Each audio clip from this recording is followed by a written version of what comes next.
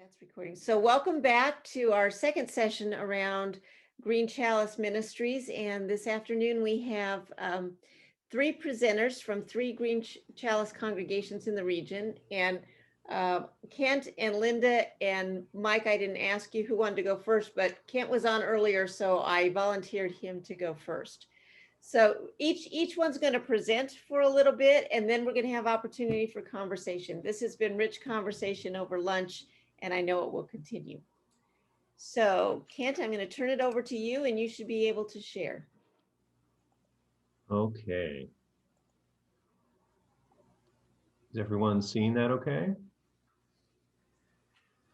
And did you say about 10 minutes, Sandy? Yeah, something like that. And you may want to, be sure and introduce yourself and the congregation and that stuff. Yeah, my setup here, I'm not seeing the window with all the talking heads and things. I'm just seeing my slides right now. So feel free to say something verbally, Sandy, if something goes wrong or you need to interject something. Will do. Okay. Hi, everybody. I'm Kent Sullivan. I'm a congregation member at Lake Washington Christian Church in Kirkland, Washington.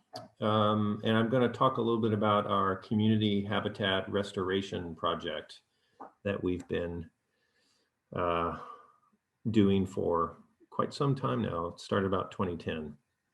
And it is one of the things that connects to our Green Chalice work and has connected over the years as we've thought each year about what, I think it's 4 things to do each year for Green Chalice, and Chirp has contributed most every year, I think, to some of those 4.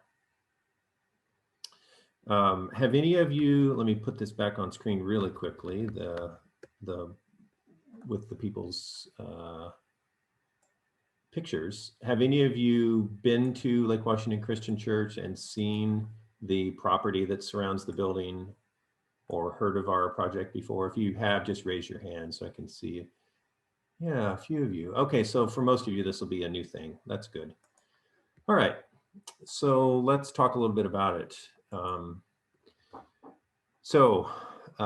Catchy acronyms, right? CHIRP. It's not all about birds, but birds do play certainly a big role. So it's several things for us. It's about creating a beautiful space for the community. Our church happens to be in a residential neighborhood. There is no commercial stuff around us for blocks in any direction, not counting a couple of schools.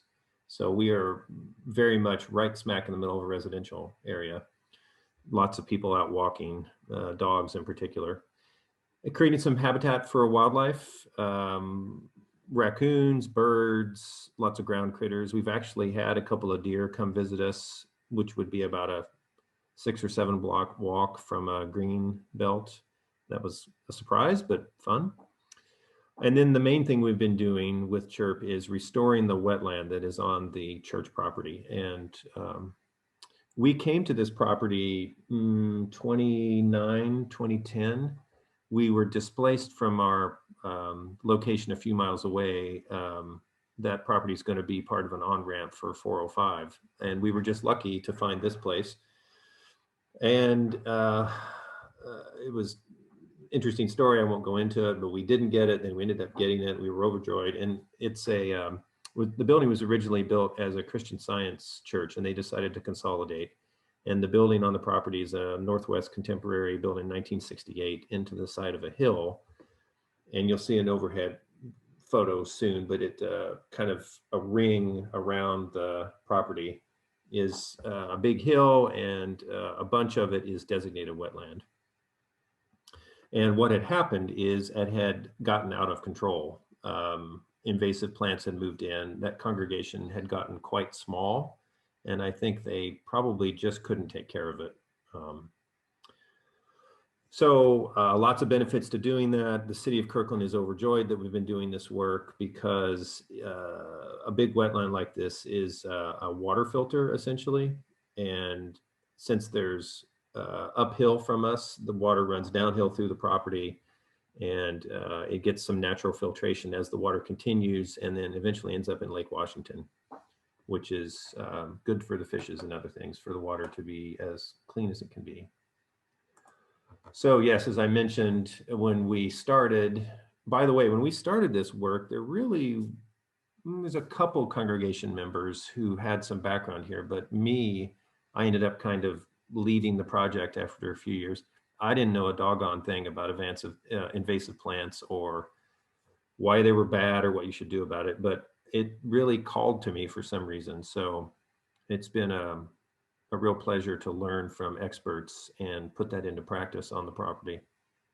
So the first 6 years, from 2010 to 2017, 2018, roughly, almost all of our effort was to remove large amounts of invasive plants, very large amounts. The number one being the Himalayan blackberry, which, by the way, is something we inflicted on ourselves as a species. It's a hybrid that was created some number of years ago to provide a fast-growing variant that had large berries and lots of them.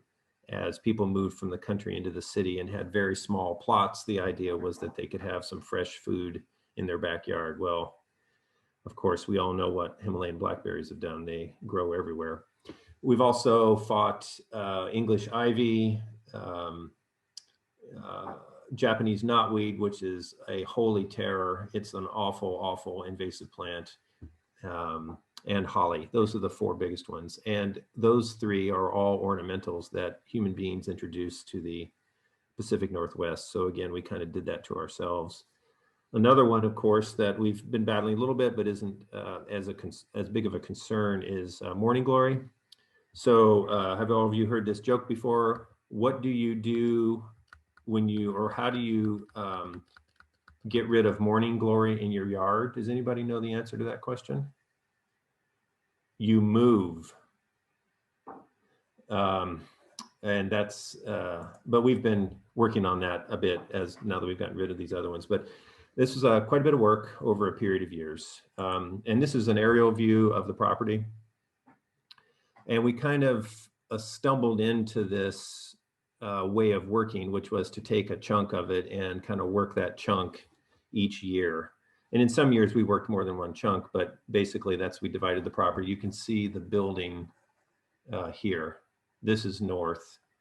This is 15th Avenue in Kirkland. This is 4th Street. This is a steep downhill going this direction. There's a driveway here at the back of the property, so you can kind of drive through the property this way. But pretty much everything you see here, all of these places, spaces, sections, more or less was one continuous 14-foot high blackberry thicket when we started. It was a gigantic mess. So how did we work through all this section by section? Well, just to be frank, we would not have gotten this done without the help of lots of volunteer crews over a period of 6 or 7 years, starting in 2011. And much of the work was done by United Way Day of Caring crews, many of which were from Microsoft. We also had some from PACCAR and Boeing and a couple other big, and there's a scout troop here. That picture is a scout troop. But we really just couldn't have gotten the job done without them. We're not a huge congregation. So the pattern we evolved into was to have the Day of Caring crews come and help us yank out the volume of the growth, because as you know, I'm sure blackberries create a lot of volume. And then you have to get the root balls, which are called crowns, out of the ground. They look like a sweet potato, like a fist. And so our little crew of 3 or 4 or 5 people would go over the area that the Day of Caring crew cleared over the intervening months. Day of Caring is usually the 3rd Friday in September, and then we spent basically the rest of the fall, all winter, spring, getting the root balls out, and then we would take another section. And so this dumpster, we had it on site several times. 125 cubic yards is a lot of material. I can't believe we did it. Of course, as Steve Wharton from our congregation says, we were a lot younger then, Kent. Indeed we were. So Yeah, loaded up those. And then this particular, just as a side note, there's a place in Snohomish, which is not too far from us, that will recycle this organically rather than putting it into a landfill. So we use that company to do that, which was a nice piece of the puzzle, I guess you could say. All right, so and then 5 years ago, the real fun began. We started replanting. And we, frankly, again, being a small congregation, we just did not know how we were going to get the job done, because it's 2 acres plus. And that's a lot of replanting. It's a lot to think about, because there's varying soil types and the wetness changes as you go up higher on the hill, and the amount of sun changes. And we just didn't really know what to do. We had some really good help from our friends at Earth Corps, which is a nonprofit. They don't work for free, but they do control their costs, and it's a really fantastic group. Matthew Schwartz in particular there was a project manager that worked with us over the years.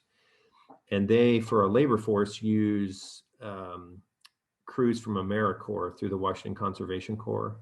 And that was another really fantastic piece to this, is having the young people come in crews and get to experience that. And most of them were very dedicated to environmental work. Some of them were kind of like just post-college and trying to figure out which direction they were going to go. And it's just an amazing, inspiring bunch of young people to interact with over a period of years. But anyway, we really couldn't afford to do a mass planting, just couldn't. And Matt mentioned one time just casually, hey, King Conservation District, which I didn't know what that was, they're going to be giving us a talk at the library in Kirkland, why don't you go? And so Robert Moreno and I from our CHIRP crew went, and we found out about this amazing program that the Conservation District has to resuscitate urban wetlands, even on private property. And so we qualified, found out about them in January 17, and they squeezed us in for the 2017 planting. So in March of 2017, a mass planting happened with AmeriCorps crews. Notice the little blue tubes, that's to keep the plants happy as they're young. Somebody in the neighborhood came up with a very funny alternative definition, which is it's the Smurf graveyard, because all the blueness. Yeah, well, anyway, you had to be there to think it was funny, I guess. But anyway, as you saw, there were just hundreds and hundreds of things planted, and it's a 90-10 cost share. So it was just unbelievable that we learned about this and qualified for it. It made a huge, huge difference, because we would still be wrestling in 2021 with how to get more of it planted if we hadn't had this major assistance.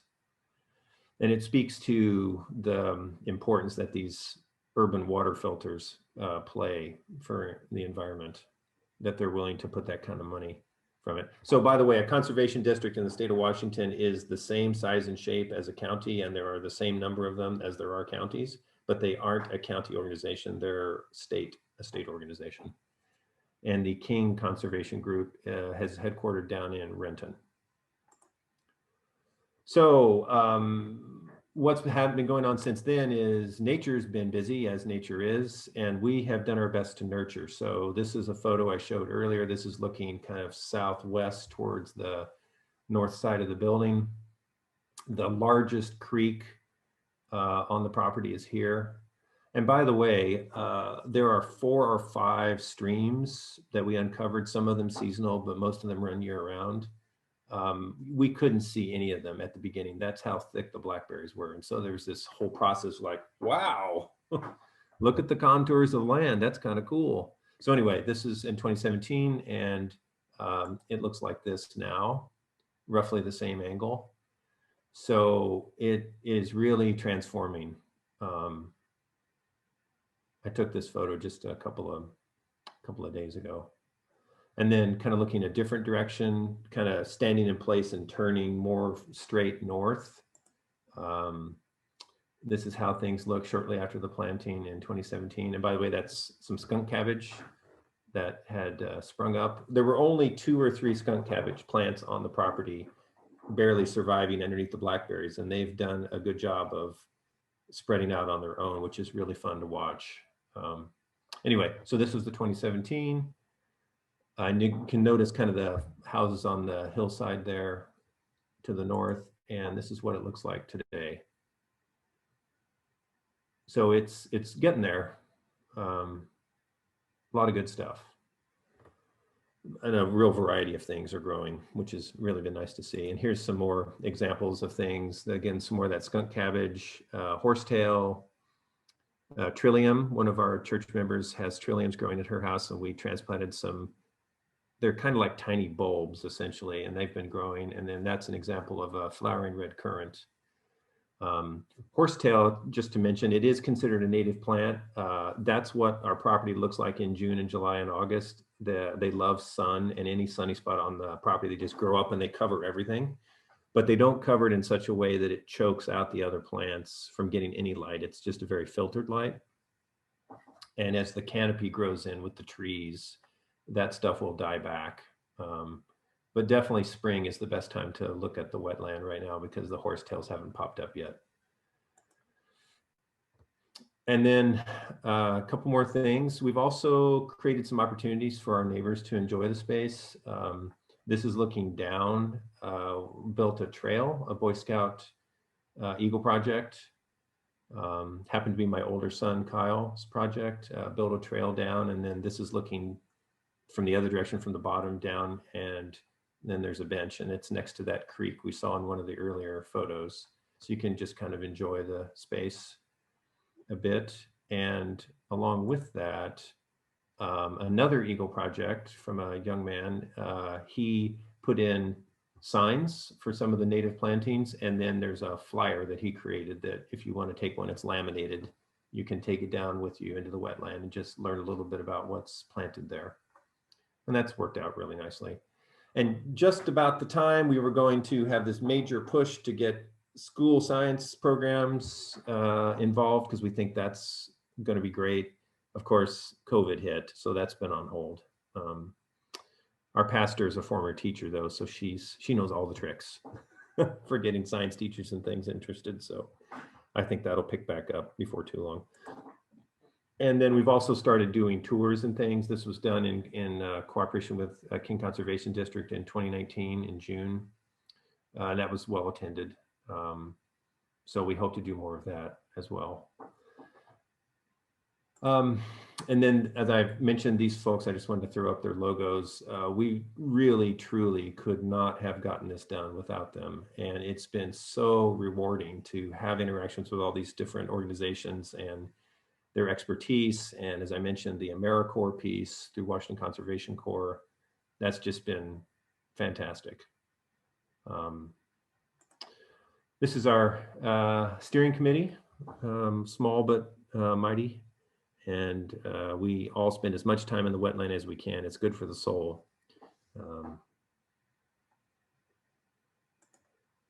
And then once again, we're back to spring having sprung. So we're very excited about that. And with people getting vaccinated, we're really hoping that there's a lot more activity of the humankind in the wetland this spring. Okay, that's it. And I don't know, Sandy, maybe you want to wait and take questions after everybody's talked. So I'll just stop sharing. Yeah, let's do that. Let's hold questions, be thinking of them. And if you're like me, make a note because I forget what I was going to say. And we'll get to the questions at the end of the presentations. So thank you, Kent. That was really fascinating. I remember seeing it before when the blackberries ruled the day. And boy, what a transformation. Yeah, I didn't know there was water running across your property either. So yeah, surprise. So thank you. Thank you very much. You're welcome. Linda, would you like to tell us what's going on at Bellingham? Can I call on you next? Yes, I would love to share. So I keep little notes too, as one of my millions of sticky notes. A quote that I ran across, and I have no idea where it came from, but I do have the person. Clarissa Pinkola Estes. Ours is not the task of fixing the entire world all at once, but of stretching out to mend the part of the world that is within our reach. So I just want to keep that in mind as we go. So this was a fascinating project for when I was asked to, whoops, I forgot something, one of my props here, the garden hat. When I was asked to be on this panel, I was pleasantly surprised about what we've actually done. Oh, I forgot to introduce myself, but anyway, I'm from First Christian Church in Bellingham, Washington. And again, just looking at what I've done, what we've done as a group to, look at the environment and watch out for it has just been fascinating for me. So I have a page that I'm not going to read. I'm also going to show you a couple of slides. A lot of the projects that we've done started back in 2007, and I had gone to a workshop about, transforming your church property into something that's useful. At the time we had, I think it was about 5 acres, and some people loved it, which is fine because it was all grass. And my husband being one of them, it was his meditation to go out there in the monster riding lawnmower and, mow this entire space because it took hours and hours. So I give that to them who loved that, but it was green lawn and it wasn't doing very much. So we talked to a bunch of people and made some plans about gardening. There was a building being constructed beside our church, and the construction crew needed a place for staging their giant equipment. So they'd asked if they could use some space there, which they did. But when they were getting finished, we made some arrangements to have them kind of till up, just dig it all up to make it more like ground instead of, smashed in rocks and things that they'd put on there. So that was a real blessing to have somebody else do that in a huge way. So we got our huge garden ready, and I don't remember exactly how big. I'm going to say it could have been close to an acre is my wild guess. So it was big. We decided to build some raised beds, which I do have a picture of them. I'm going to share my screen. Hopefully that I did get it ready. Maybe we'll see. Nope. Well, just a minute. Maybe we'll have that in a minute. Let me find it first. This is me doing my school stuff too. Like, where is that? What did I do? Well, I don't know what that looks like. What am I supposed to be sharing? Okay, there's my question then. Here we go. Share. All right. So we did build. Here's some people building. There's my husband and Bob, and I'm not sure who this is. One of our people. We decided just to build some really good quality cedar raised beds for people to be able to get down a little closer to the ground, but not all the way to the ground, to be able to garden. Around the corner, which you don't see, we procured I think it was 500-gallon water tank, and somebody sold it to us for very inexpensive. Our scout troop built a support for it so it could sit up so that the gravity could feed the water down. And it was attached to the rain gutters there on this little garage that we have. So we're able to use that water. The picture that you just saw was a picture of some of our members way back when. One of our members found a grant through Fiskars, and we were awarded this fabulous grant, and we had tools for a bunch of people. We had 5 and 6 copies of each of those tools that you see on the picture. So that was really nice for people who were in the neighborhood, excuse me, who wanted to garden, but maybe didn't have the tools to garden, plus transporting them to our property. So we just kind of opened up the shed and said, hey, what do you want to use? Here's a hoe, here's some shovels, borrow them for the time and then return them. So that was another blessing. Then I'm not apologizing, but I am going to show you. We also, I'm going to skip that one for now. We also built, again, years escape me. Doesn't seem like that long ago, but I look at this little guy. This is one of my grandsons. I'm going to say he's 3 and he's 11 now. So the kids mostly planted in these raised bed gardens, and you can see they were quite thrilled with the food that they could eat. And this is one of our church members. She is now a freshman in high school. So again, time. But these beds are right outside of our church building, so we could get outside the door. be able to bring the kids out from church school. We did have a preschool at the time, so the kids would come out and plant. So here's our kids again, planting and enjoying being outside. Again, grandson number 1, he knows how to plant because he's been doing it since he was teeny tiny at my house. And then grandson number 2 comes along and he can garden too. I believe this is one of our gardens that this young lady right here decided we really needed to have rainbow plantings. So everything that we planted was different colors. So we planted different kinds of squash and pumpkins and nasturtiums, and a poppy appeared in our garden one time that was just, the poppies were about this big around and the plant was 3 or 4 feet tall. That was a nice volunteer, very beautiful. Again, going back to my family, this is grandson number 1. And then my great nephew came along that day and we picked that much. This bag is probably about this big. And then there's that big bucket that this Kate has. Those were full of green beans that we took to the food bank. And the people at the food bank, I'm crying because I remember all these memories. The food bank people said, what do you guys have? Well, we picked some beans for you guys. And they were just overjoyed that these little guys were willing to share theirs. I don't remember if it was on this trip or not. We were riding the bus, I'm pretty sure. And we took all these on the bus. But as we were walking to the bus stop, we saw a person on the street. And we stopped and offered this person, gonna cry again, some of our fresh vegetables. And this man told us the story and he said, my family used to garden and I just love to help and I love to eat this. And he says, I haven't had fresh vegetables for so long. And he just sat there and ate beans and we ate beans with him. So it was a big project. And I think it really impacted the kids as well, that they'd given that. Okay, a little bit back here. Another project we did, same grandson, this one just kind of shows some of our lights, and I don't know how old this picture is, but just kind of the example.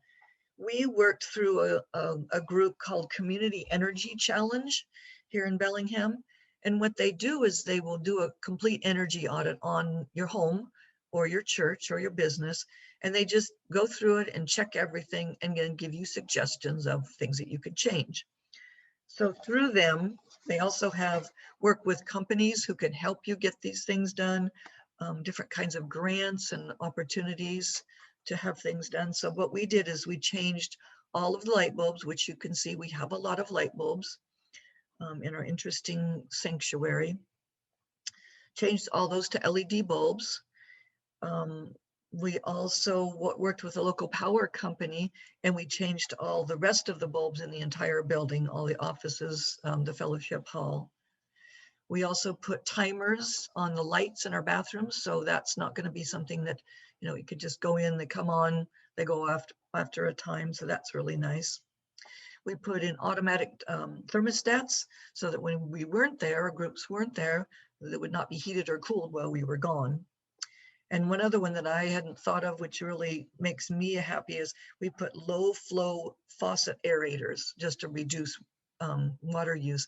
And that's something you just don't think of. I'm going to turn the water and I'm going to use it. Well, this one at least reduces the amount of water that you're actually using. I don't have pictures of this and I wish I did. One thing that we did, and I was hearing somebody, which I don't remember who was talking about, they were talking about recycling. Oh, two more things about the garden. Our family promise, which is on our property, they use a house that we have. One of the people planted herbs and native plants in the garden one year, that smaller garden. One year we harvested beets and I took them home and cooked them. And the boys that were at Family Promise and I made beet brownies, which they were just going, ew. No, can't do it. But they were excited to bake something because they were bakers. And when they ate them, they just went, oh, these are delicious. So try beet brownies too. They're great. And they're kind of reddish. Back to the big garden area, we also had an organization in the area that's called Community to Community. And they use the property also for gardening. and some social justice and being able to support them in their families and their housing. And that was really good. It was fun to watch them because they used hay bales for planting and some other natural planting ways. And so I'd go over there and visit with them and talk to them about, what they were using. Okay, maybe this is the last thing on my list. We'll have to look through the list again. But one thing we did with our recycling system, and I heard somebody talking this story about, people just weren't really into it. We have recycling, definitely, paper towels can go into the Food Plus, it's called. We also have food recycling because we have a community meal once a month and that kind of thing. We have another faith community that worships in our building, and they have a meal. Well, they used to have a meal every weekend, or at least one, maybe 2 meals. So just the extra food from those, and we thought it was worth it. What we did with our recycling program, though, was to introduce it to families and to make sure that they were really taking it on as part of something they needed to do. Is we had the children demonstrate. And literally it was the kids who were always looking and saying, oh, that doesn't go there. Oh, that goes over here. Would you please put it in the right place? So we actually had them, and I think I had some trivia and some, trivia questions, and just made it really lighthearted and fun. And if you couldn't already tell, I'm a teacher. So it really made it like, I'm just being a teacher here. We're just learning some new things. And it really was successful. And for the most part, I would say that people really, really embrace that. And they are much more careful than they used to be, and kind of reading the signs. And our pastor also put some really nice signs, big signs that say, this goes in here, this goes in here. And so even if you don't know, you could read the sign and say, oh yeah, this does go here. Kind of just to pull it together, my last comment is, it's really been a blessing for me to look at this. I'm a bit of a product of the 70s, and you can see my hippie kind of clothes here. But I really remember back there when I was a teenager about making sure that it really made a difference. And I think it is making a difference back then and now and to our future. I think we need to be very positive that our young people and our kids really are embracing this. I think they really do care about what's going on in the environment and how we, are going to be making a difference. So thank you for inviting me. This was really fun. I liked it, even though I was nervous at the beginning. I'm good. Thank you, Linda. That was great. That was great. Yeah. Okay, I'm going to call on Mike. Mike, would you like to share with us? I will. I'm Mike Cheek. I'm a congregant at First Christian Church of Puyallup, and we call ourselves the Little Church in the Valley. And I'm going to talk to you about our green team and our green chalice as best I can. I am not the technical savvy person, so you just got to look at me this whole time and listen to me talk. So about 2013, we started down the path of the green chalice. And in doing so, we were able to do, at least we got off on into 2014, and we're able to get our level 1 status by doing some things around our building and our church building, and then our parsonage as well. Some of the easy things, like the low-hanging fruit that everyone talks about, we changed over our lighting from the incandescents to either LEDs or fluorescents. We've since gotten a new furnace in our building, which was very, very old. So we boosted our efficiency very much. Windows, we were able to replace the windows in our sanctuary and narthex area. I don't think we've gotten the whole building, Robin. Have we? Oh, we have gotten the whole building? No, not the whole building, but we got the offices as well. Offices, that's right. We did remodels on our bathrooms, and we also created a new ADA bathroom, which all use low flow toilets and the option toilets. So you can flush the liquids with one flush, or you can flush the solids with a different kind of flush that gives it more water. So it took us a while to convince the congregation, but we've got them embracing mugs instead of using throwaway items for our coffee hour. Of course, not for the past year, but in the years prior to COVID fun. Our coffee and things, we use fair trade and responsibly sourced. We also pledged for our cleaning products in these church and parsonage to be green cleaning products, and as well as the stuff that's used on the lawns and taking care of the property. So we're pretty careful with the things that we buy there. Newer appliances, we've out of necessity in most cases have gotten some newer appliances which have helped us with our efficiency. And prior to COVID, and we're just going to try to get it started again now that people are getting vaccinated, we have adopt a bed around the property. So everybody can pick a little section of the property to take care of the grounds and the plants and everything that are in their little section. As far as a parsonage, which unfortunately we were, due to COVID and things in our congregation changing vastly because of that, we have recently sold our parsonage. But prior to that, we had put in new insulation, new windows, took care of that property as well in the best environmentally thought out process that we could. Let's see, what do I have on my notes here? And then the biggest thing, which is why I was tasked upon to come on board with the Green Chalice, was I'm a recycle freak is probably the best way to put it. As many can attest to, I'm the one rooting through the dumpster and the trash and pulling things out that don't go there and putting them in things that where they go. But as a result of doing the recycling at my home, I proposed and we got together a recycling center at our church building, and has its own little room off to the back of the sanctuary, and people are invited when we have in-person services to bring in their recycling products.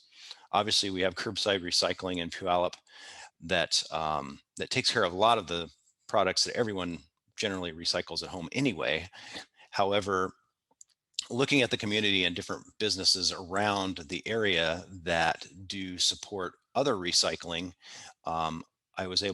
we were able to kind of add on to that. So some of the things that we take at our recycle center at church, we take styrofoam, fluorescent light bulbs, cork, we take in metal and glass, batteries, which is a big thing. I think that's one of our biggest things that comes in is batteries.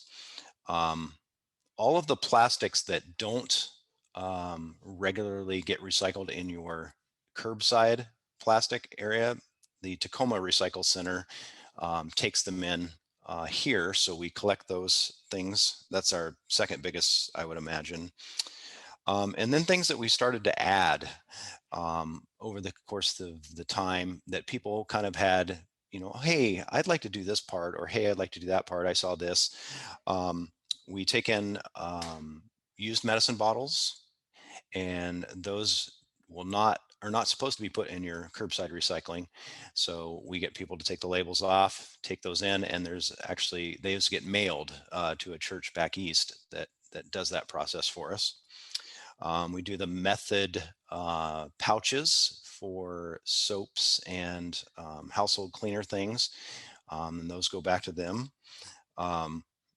We have a teacher that we collect used markers and pens and things like that, school things, and those go back and get recycled as well.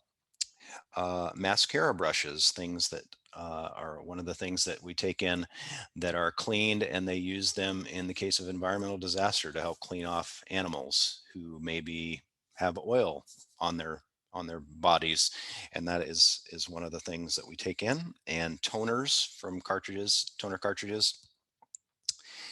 And am I missing anything else here? And disposable razors, those also go back to another location, along with our glasses that go to the Lions Club. So that's our biggest thing that I'm involved in, and I really enjoy doing that. But obviously, COVID put an end to people coming into the church and doing their recycling. So in the beginning, as all of us were aware, we didn't know how long this was going to be, and thought, oh, a couple months down the road, we'll all be back and everything will be hunky dory. But obviously we're a year plus into this and still in the same boat. So I propose that a lot of churches were doing drive-through services, drive-through events. So I propose that we do a drive-through recycle event for our members of our church. And so we've done 3 of them. We did our first in October, and then we've done one in December and in March. And those have been highly successful. We see the same people generally every time, but I think the most we had was 12 of our congregates came in. And since they've had these things for presumably several months, we've had some pretty big hauls of things. So a couple separate trips to different locations after each one of these events, and it just does my heart good to do that. For this year, we're going to do Earth Day event, and that's going to be an evening drive-through at our church on the 22nd of April. And we hope to have just as many things come in as we have in the past. So that's about what I have for First Christian Church in Puyallup.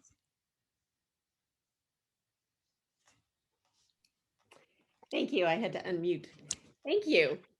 Well, you all were great and varied stuff going on. So this is a time we can just share questions. And so I'm going to start the panelists with a question. In your congregations, how did it first get started, the conversation about becoming a Green Chalice congregation? Was it that you were doing stuff and it went, oh, we could make this official? Or did someone come up with the idea about Green Chalice and then you explored from there about what that would mean? How did that happen in your congregations? Anyone can jump in, Mike, Linda, or Ken. I would say kind of just what you said. I don't know that a lot of our people even know that we're a Green Chalice or that there's that designation.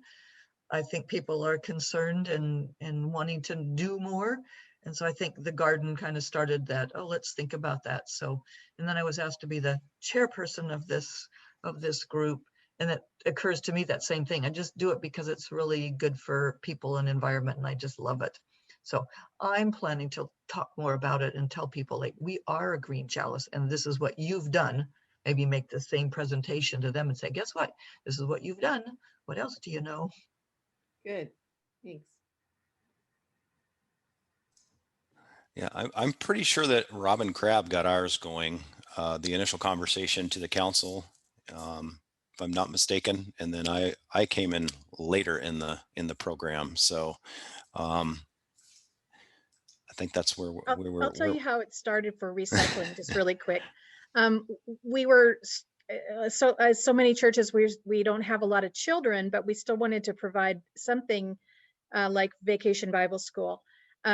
But that got harder and harder. We had all these adults doing a lot of work and not very many kids coming. So we decided to do an intergenerational weekly event each summer instead of Vacation Bible School. And so we called it a Week in Mission. We had a variety of events. And our third one, which was in 2009, was called A Week in Mission, a Creation Care, I think. And so one of our projects was to put together a little tiny, like 3 garbage cans that we could put things that didn't go in our curbside bin. And so from there, it's, turned into quite a, we have our own room, so it's quite a big deal. So it wasn't just me, but it was fun to put people to work. We used recycled garbage cans and had these recycled fence posts, and so it was quite a small deal, but it's grown to be a big deal. And that's all on Mike. So I'm trying to remember. Do you happen to know, Sandy, what year the disciples launched Green Chalice? If I'm remembering from what Carol said, it officially became a disciples ministry in 2011. So that just happens to fit in when we moved to this new property and also started to contemplate doing this wetlands restoration. And we have several people in the congregation who are just kind of naturally interested in that. So I'm guessing it was mainly that Pastor Kara Markel heard about Green Chalice through initial publicity and brought it to us, and we just said we should do this. I think it was pretty much organic. Um, I was really pleased to hear about some of the things other people talked about. I just will say we've done the light bulb thing too. We are in the Puget Sound Energy service area, and they offer it's another one of those crazy 90-10 cost share things. So we got all of our light bulbs replaced, including these great big bulbs in the parking lot. You know, the night they actually have replacements for those too. So every light bulb on the property has been replaced. And some of the other things. So yeah, I think it was just right place, right time, as far as I can remember. Thanks. Thanks. What other questions do you all have? You can raise your hand, or you can put a question in the chat, or just comments you want to make about what you've heard and what some of these congregations are doing. Curious, is theologically, has it changed your churches on education and that kind of stuff with the environment? I would say we've been really affected by a couple of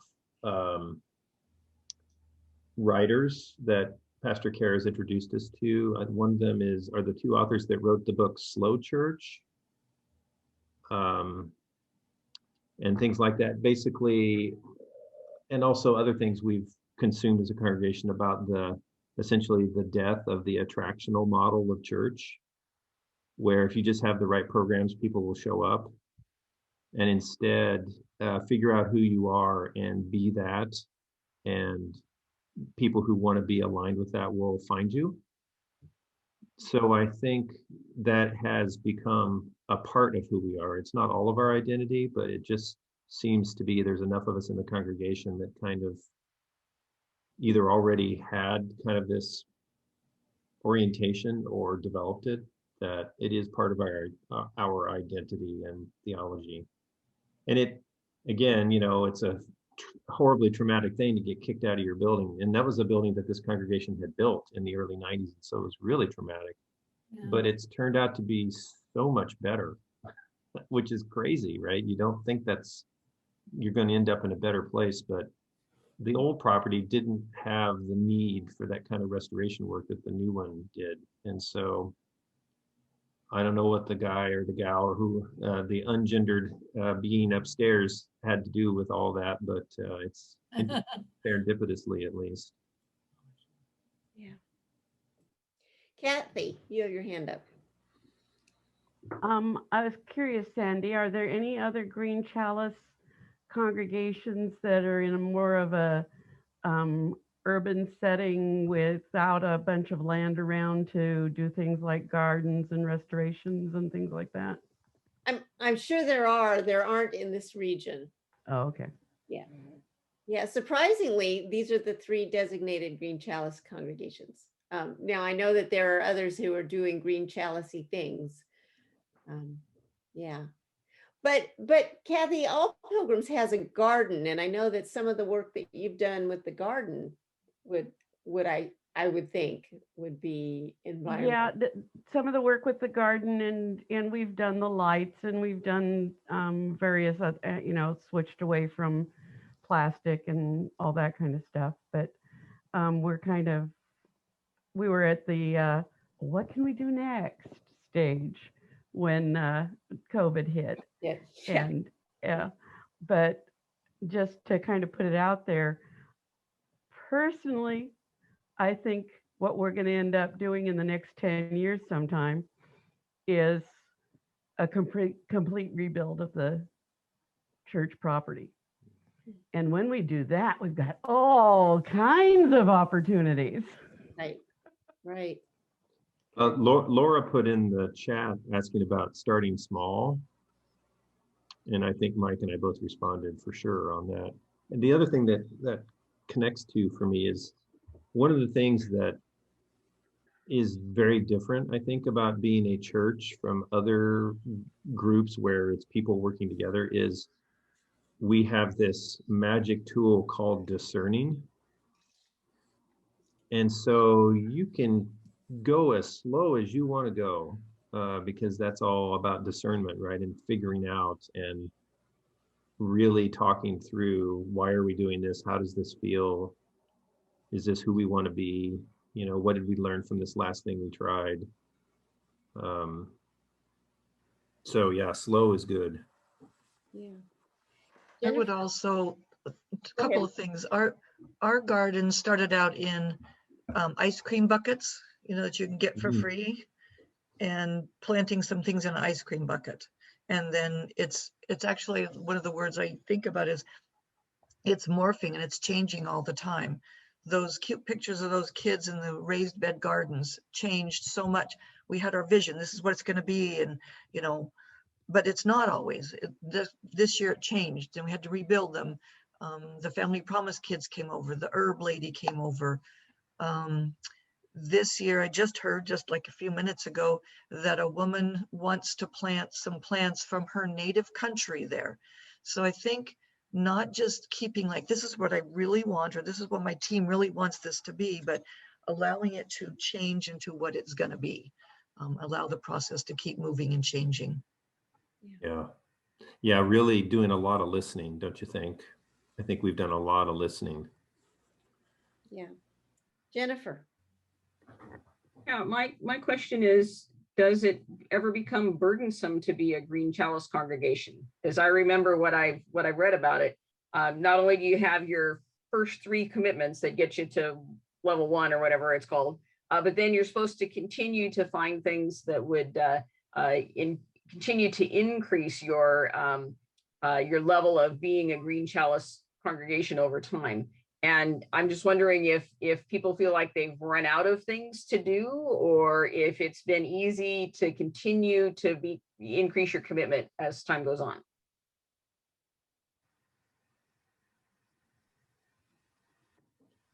Oh, Mike, we're not hearing you. I Yeah, don't you're know. unmuted, but we're not hearing you.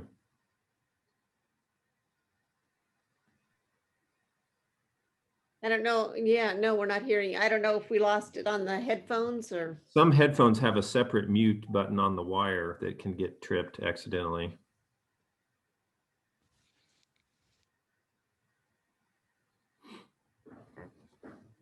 Yeah, we're not hearing you.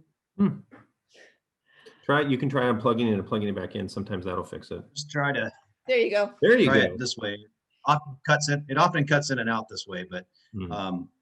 Step 1 was very easy, but we've been at step 1 for a while, and we made some strides towards step 2, but it is tricky. It's tricky to keep going and get the steps get harder. They do get harder. So, but we'll get there eventually. And like it says, take baby steps and accept the small victories. Mike,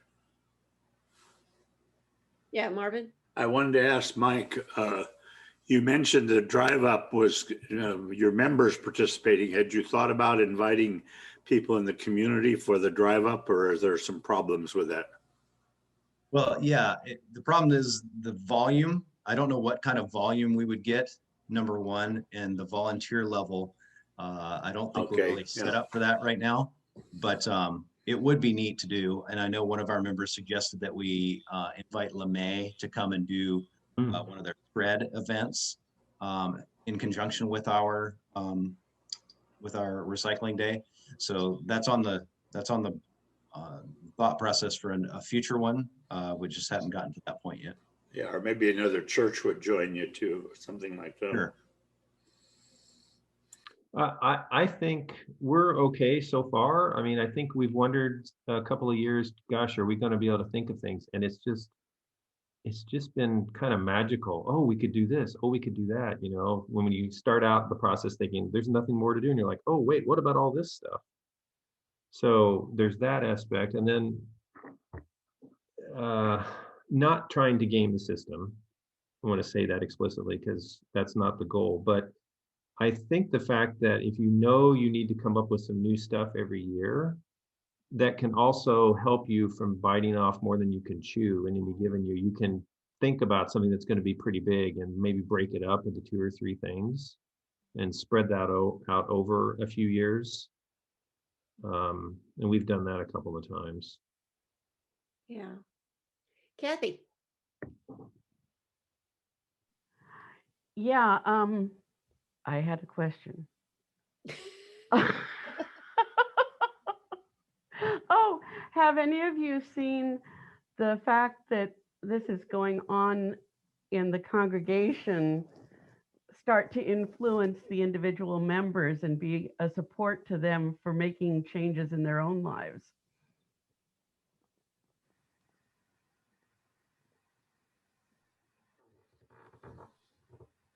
I like to see the fact, our congregation is a lot of seniors, and I like that a lot of them have taken on this challenge. And one of our best people that comes and recycles stuff is probably one of our oldest members of our congregation, and so it's nice to see it go across generations, to see people who didn't grow up doing that to evolving and becoming part of that.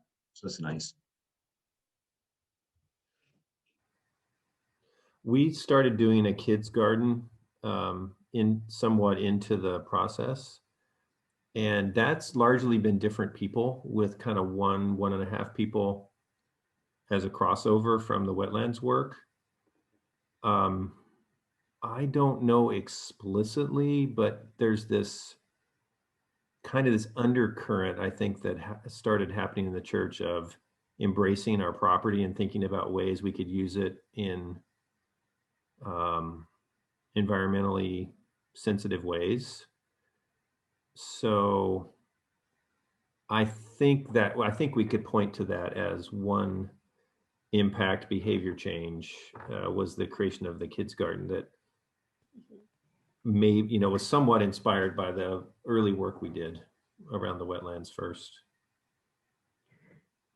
I know that just listening in on this conversation has given me a brand new idea, and that is that when we become aware of congregants doing something to their home or whatever, we could actually hold a celebration, blessing of the whatever, the solar panels or whatever, and make it more of a, yes, this is what we do, and this is the way that we express our faith, and that kind of thing.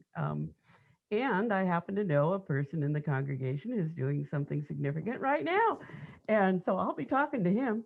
Yeah, good. Linda had her hand up, looks like. I have a real hand. A real? So what I remember and think about through this whole thing is it's about community, and it's not about just our church, people who walk in the door community. The people who maybe see the garden from the outside, or the people who have been at Family Promise, or all those places. And one of our former pastors used to call it church coming in the back door. We also had at one time field, our big gigantic field, people would play baseball and practice softball, and we had a soccer team. So it wasn't about trying to get the people in the door, but again, living our faith and showing our faith that we do care for people who live around us. So I think that's a big one that maybe, well, I know for sure we're not going to know what that impact is, except that we do know. We know it in our hearts. We just know that it's happening. Right. Yeah, that brings to mind that when we did start doing more with our existing gardens, and then later on put in the Same Love garden, we got a lot of feedback, particularly the people who are out working in the garden would get feedback from people in the community about how wonderful it was to have something green or flowers or whatever. And it's like really one of the very few places in the whole Broadway business district that has anything. So yeah, I can see that. Yeah, that's right. So Kent and Linda in particular, I noticed that you talked about partners. You had partners in this work. And that really struck me, that there are resources out there that we may not realize that we can tap into. I know that Gwynwood, our campground over near Olympia, I think we had all the toilets replaced for very minimal cost because of an energy saving program that the director found. So I don't know if any of you, this is kind of an open question. How do you find those resources? How do you find those partners that can help do that, which, you know, we all feel like our church is too small to do these things. But when we have partners, we can do big things. It seemed like we went to, goodness gracious, what town was that? What city was that in? Bellevue? 3-4 years ago, there was then there was one at the Kirkland City Hall where they invited in tons of organizations that do something around the environment. It really covered the spectrum. And that was for residents of any kind, right? But we made several contacts at that kind of an event, and really it was like, oh, this exists? Who knew?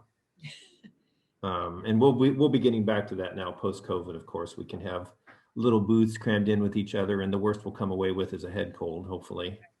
Right. Yeah.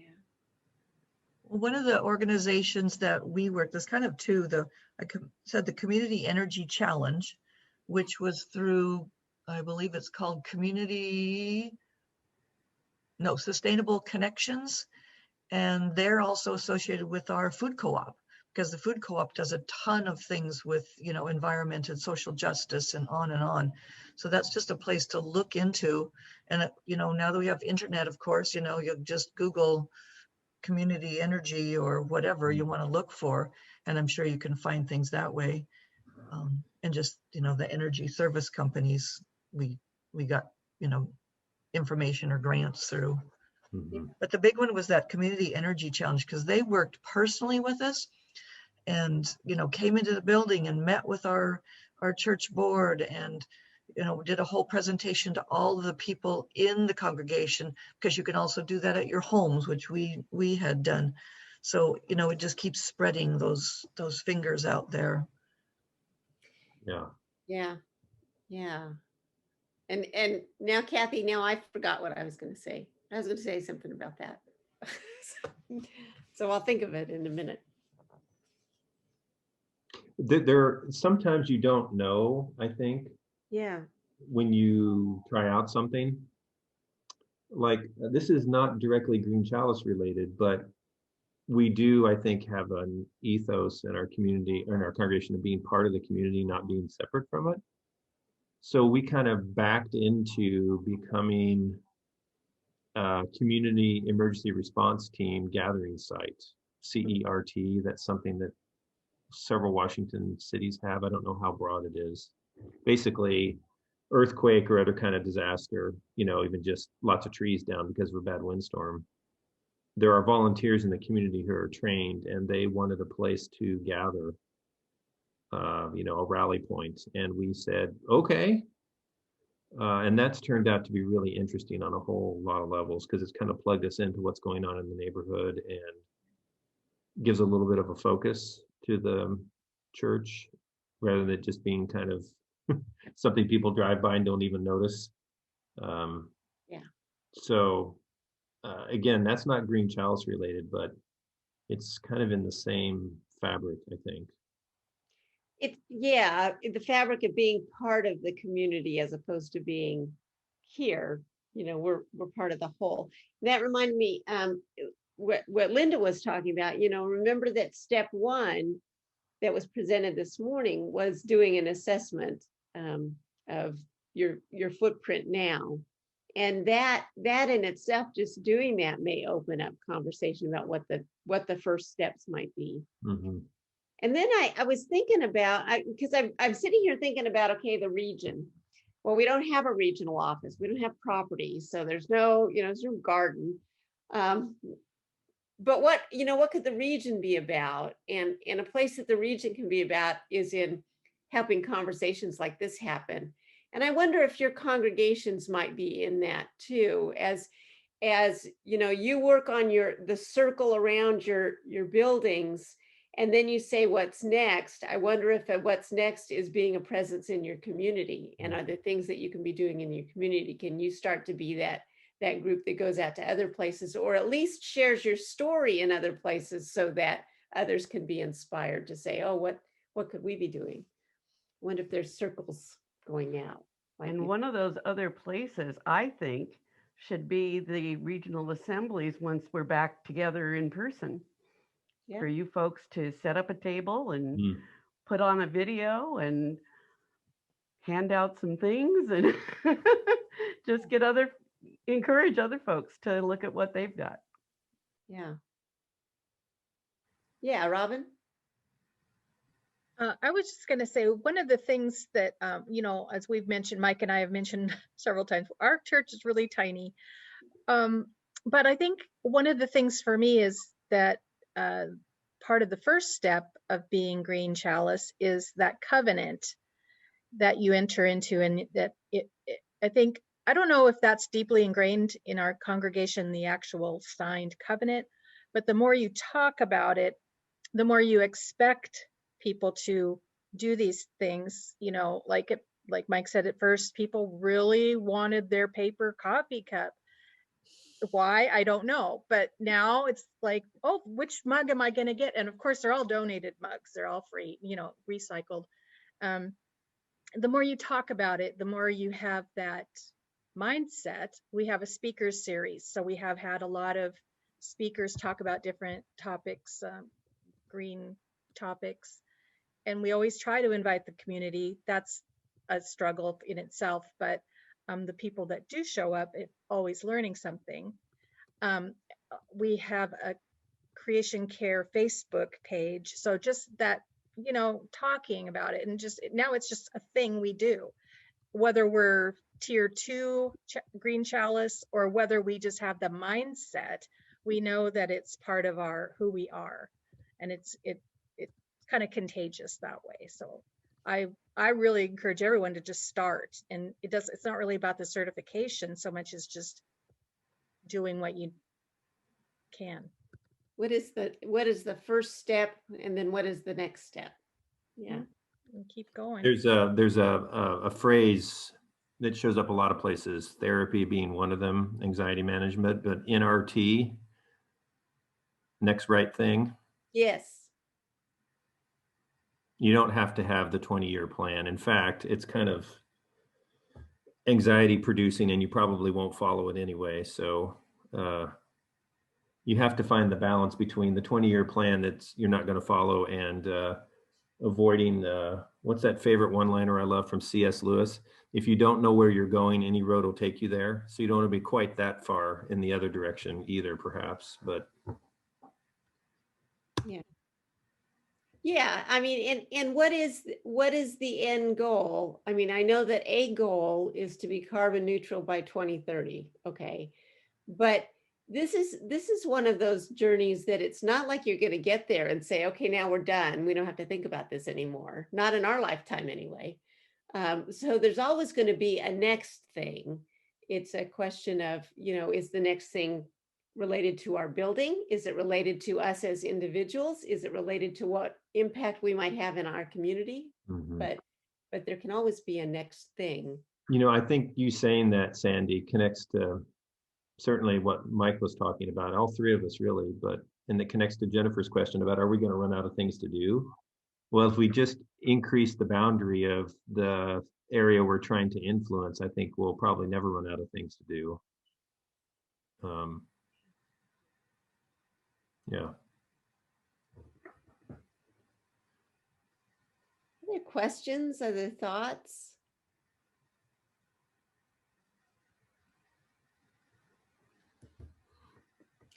I am putting in the chat a survey for today, but we'll also be sending it out to you.